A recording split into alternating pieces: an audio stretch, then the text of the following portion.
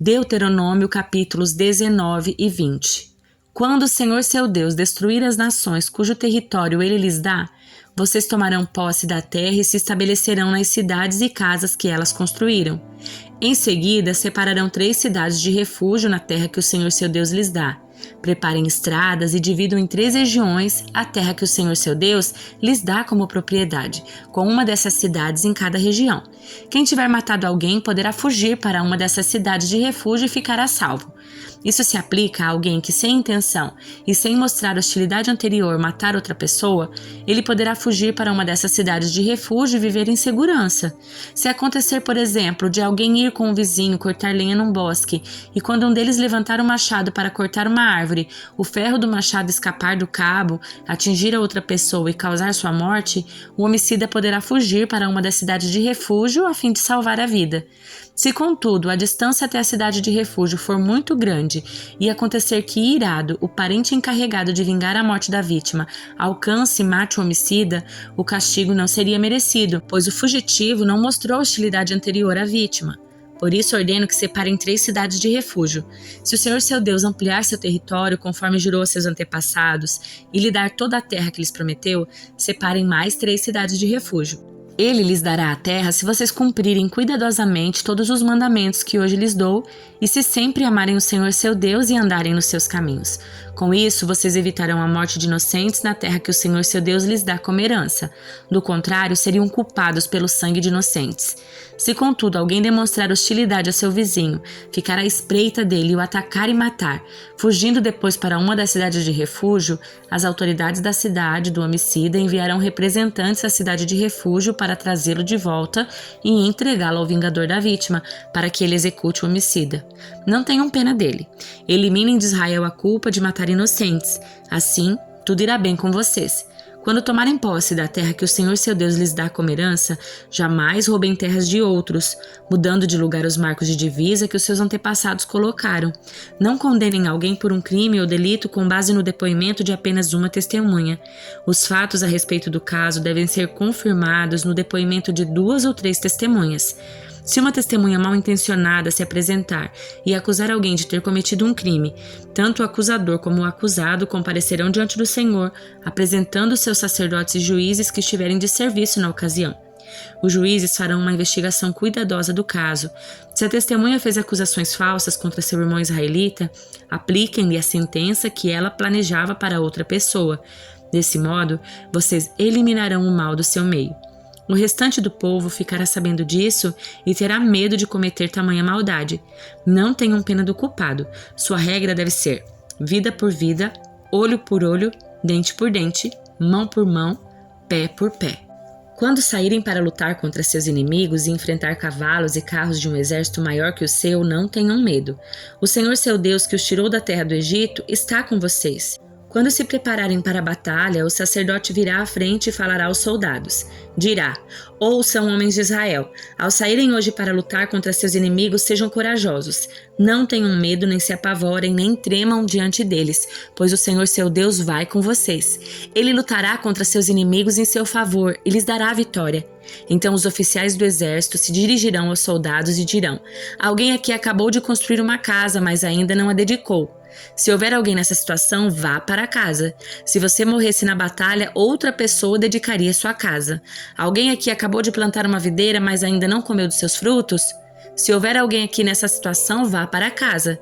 Se você morresse na batalha, outra pessoa comeria dos primeiros frutos.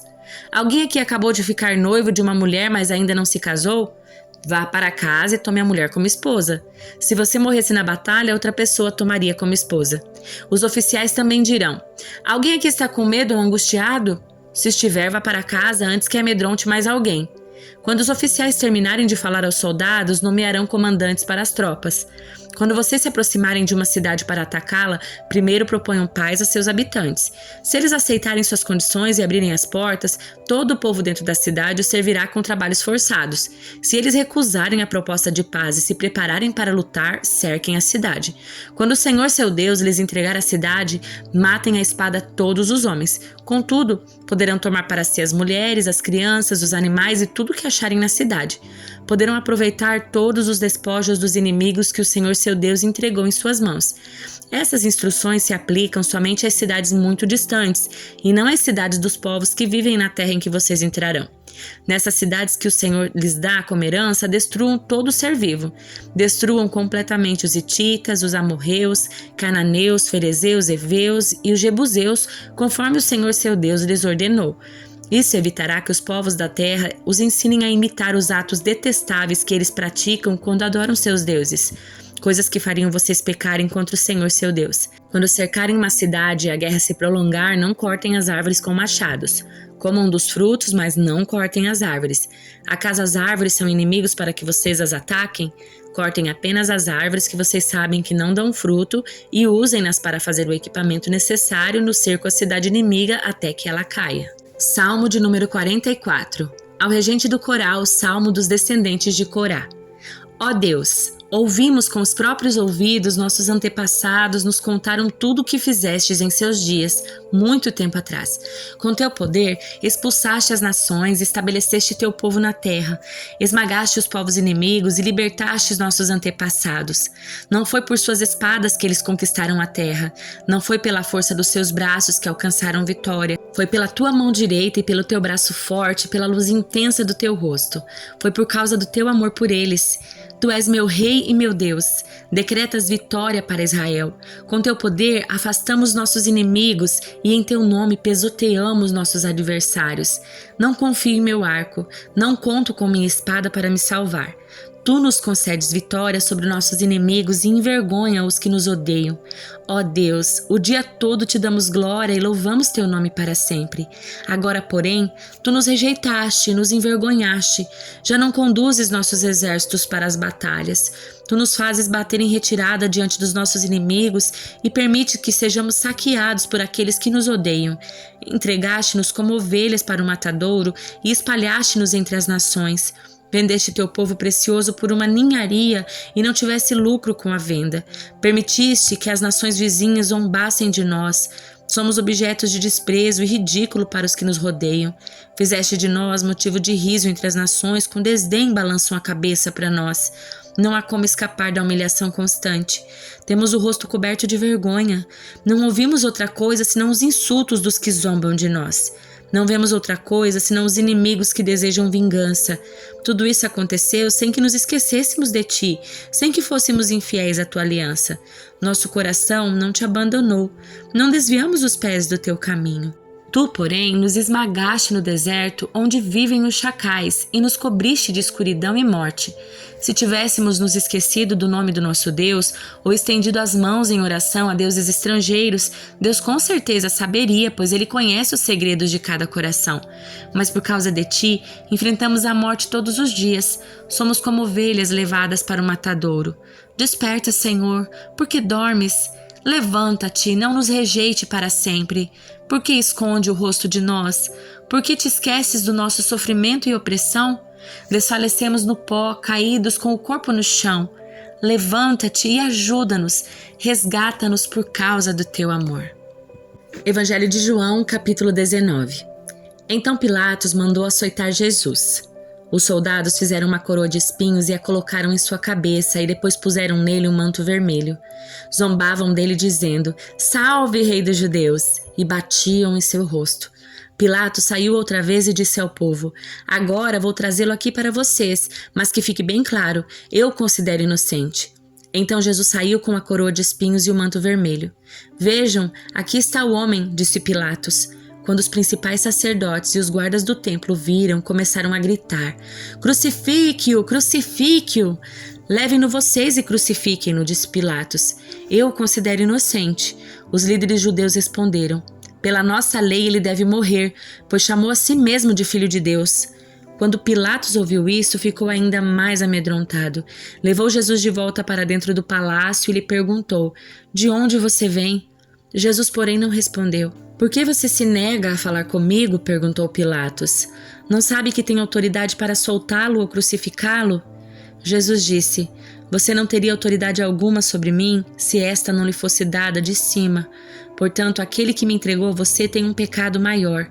Então Pilatos tentou libertá-lo, mas os líderes judeus gritavam, "Se o Senhor soltar este homem, não é amigo de César."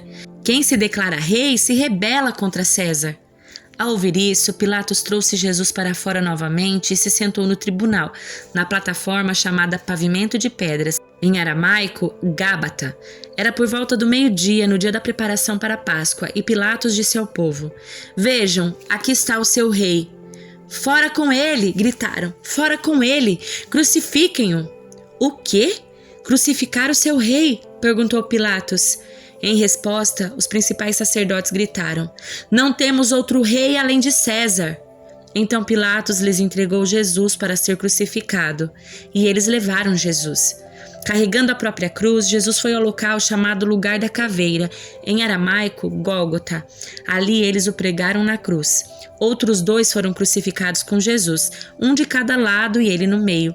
Pilatos colocou no alto da cruz uma placa que dizia: "Jesus o Nazareno, Rei dos Judeus."